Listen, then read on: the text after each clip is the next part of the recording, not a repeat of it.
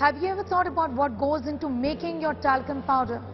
Do you think twice before choosing your talcum powder? Do you know that the talcum powders available in the market right now can actually make you very ill? Many of them have been linked to cancer as well. Our next report tells you why you should not think once or twice, but half a dozen times before choosing your talcum powder.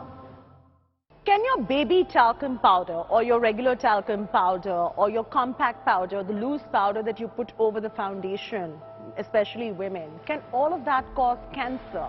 The answer is yes, but not in all cases. Recently, Johnson & Johnson pulled out all their baby talcum powders across the country after multiple lawsuits that they ended up facing that allege that their baby talcum powder consists of traces of asbestos, and that is carcinogenic in nature. Many women have filed complaints alleging that they got ovarian cancer after using talcum powder. So we spoke to doctors and figured out whether all talcum powders are unsafe or not. The answer is some of them are unsafe and some of them are not. So all you men and women out there who love your talcum powder, who love your makeup, who love your loose powder, here is the important thing you need to know about asbestos and the carcinogenic properties of asbestos being found in powders. Before we go any further, I want to first explain what is a carcinogen. A carcinogen is a substance that increases someone's risk of developing cancer. Some common examples of this are chewing tobacco, smoking cigarettes, bidi, and as well as alcohol. Now, similarly, talcum powder is also being considered as a carcinogen. There are women who have been using talcum powder in their private areas for years. Is there a risk of them developing an ovarian cancer? With talcum powder, the concern is if talc is either inhaled or applied in private areas for women over a long period of time, there can be an increased absorption and risk of ovarian cancer.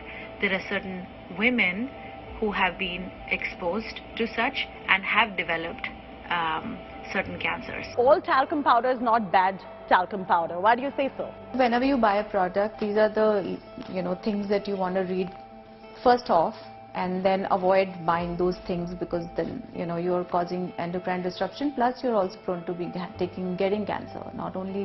It's not only about the endocrine disruptions, also a lot of carcinogens present. So you have to be very careful on what you eat and what you put on your skin. All these preservatives, as I said, longer the list, the worse the compound. So what's the final verdict? Should I be using talcum powder, loose powder, compact powder in my makeup? What should I do? Very confused. Talc, which is used for cosmetic purposes, has to be pure without any contamination. The International Agency of Research of Cancer, which is the IARC, which is a part of WHO, has set very strong standards to help maintain this. Strict checking and setting strong guidelines to ensure this does not happen makes the use of talcum powder safer. Well, there you go. The doctors have answered all your questions. So go and use the talcum powder as long as there are no traces of asbestos in them.